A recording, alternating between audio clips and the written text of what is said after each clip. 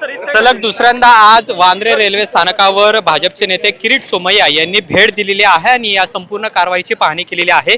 दुसऱ्यांदा तुम्ही आला, पहिल्यांदा आला तेव्हा काय चित्र होतं आणि आता 6व्या दिवशी आल्यावर काय चित्र आहे? आपण 19 मार्चला आलो होतो सगळ्यात पहिलं। त्यावेळी हे ट्रे गुळ त्यातर बकरीचे धंदे हे सगळे गोल टोपीवाले तिथे रात्री खाटा टाकून झोपायचे। 1.5 महिन्यात 2 महिन्यात मी हे 6व्या वेळेला आलेलो आहे। हे आता बांगलादेशी मुक्त बांद्रा टर्मिनल झालेला आहे। पुढच्या 6 महिन्यात हा सगळ्या टर्मिनसचा भाग असेल। 22 अतिरिक्त ट्रेन इथून सुटणार आणि मला सांगायचं आहे 1.5 फूट अंतरावर राहणारे उद्धव ठाकरे यांचा सेनेला की वोट जिहादसाठी तुम्ही मुंबईकरांचा हक्काचा टर्मिनस घेऊ शकणार नाही। पण 2017ला खरं तर ही कारवाई सुरू झालेली होती, इतके वर्ष लागले, नेमक्या याच्यामध्ये चूक कुणाची आहे, कुणी पाठिंबा दिलाय? वास्तविकरित्या जे झालेली आहे सुरुवात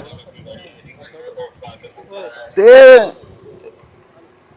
हे दे रेल्वेसाठी आता देवेंद्र फडणवीसने करून दाखवलं आणि आपण हेच विचार करूया की आता ह्या पुढे जे पुन्हा यावेळी मामू आलेच होते माजी मुख्यमंत्री लोकांना उकसवत, आता यावेळी सरकार सावधान आहे। हे सगळे बांगलादेशी असो त्यांना भडकवणारे असो सगळ्यांवर कारवाई होणार। बरं, याच्या पुढची जे आधी सर याच्या पुढे सुद्धा अजून अनधिकृत बांधकाम आहे, त्याच्यावर सुद्धा कारवाई केली जावी। सर याच्या पुढे सुद्धा अजून अनधिकृत बांधकाम आहे, त्यांच्यावर सुद्धा कारवाई केली जावी।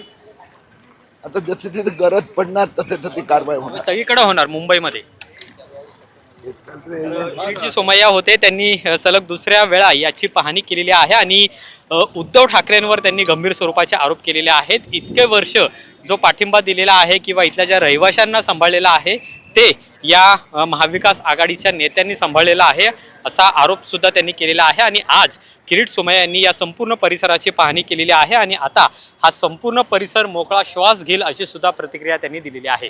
कॅमेरामन रोहित व्यंकटेसह अमोल धर्माधिकारी, LS मराठी, मुंबई।